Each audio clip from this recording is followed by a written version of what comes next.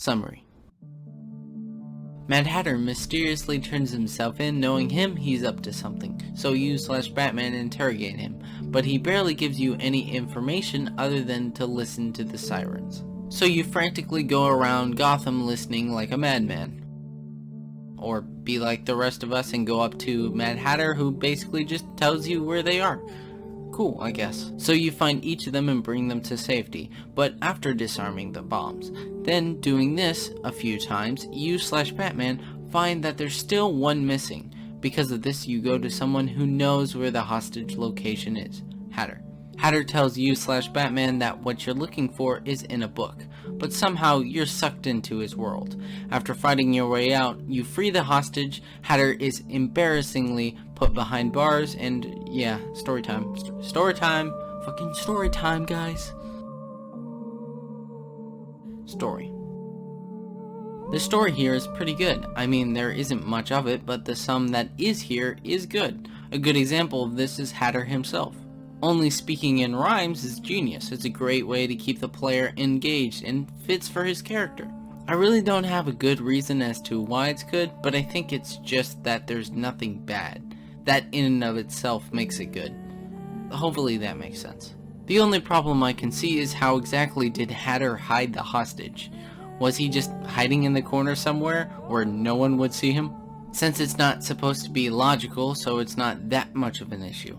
Other than that, there isn't much to talk about here, except saying that they did a good job. So yeah, good job. Gameplay. This is where we get to the tricky part. The first chunk of the gameplay is, well, not good. Wow, listening to music and flying around a little bit to find the objective. Such flawless game design. And it's not like it's that hard anyway. What was the point? I just don't understand this gameplay loop. Usually the gameplay loop for certain other side quests, which I can't get into now because of Rule 3, are better than this. And don't even get me started on the minigame. Boy, it's bad. The controls are super stiff. The mere idea of this is poorer and poorer in execution. And for the love of God, what is the point of this? Is this how Batman defuses bombs? Really? Put your thumbs where the bomb icons are. Oh wow. Ooh, very impressive. I wish it was this easy in real life. So, as you can tell, I'm not the biggest fan of the first chunk. But what about the rest? Well, it's great actually. The book styles with its throwbacks is the perfect package, and the combat sections are pretty fun.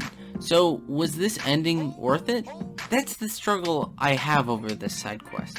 Because on one hand, it's uninteresting, poor, and frankly bad. But on the other hand, the details and in the end, with the weird logic of the world to the art style are frankly great. So what do I choose? There's enough here for either side. I don't want to give it a 5 out of 10 because that's not mediocre. So I'm stuck in this weird spot. But I'll get to this later. How to make it better. This should be fast, easy. Fix the main game loop by doing, well, a lot of things. You just replace it with the basic combat sections or stealth sections, or make the mini games better by adding more complexity. And obviously have the locations of the hostages harder to find. Give it a highlighted area on your map rather than a loud and annoying siren. Now, as for the score. So, which is it? Well, I believe the good outweighs the bad here, in this case. So I'm giving this 6 out of 10. Above normal. I'm so fucking tired right now, dude. I'm probably gonna get super angry in this recording session or act like I want to die. Either one. I'm looking forward to see which one loses first, the script itself or my sanity. We'll see. Mad Hatter mysteriously turns himself in, knowing he's up to something. I messed up obviously and mysteriously. Ooh, we're in for a good session tonight. But he Garely. Fucking me. Fuck me. Fuck me.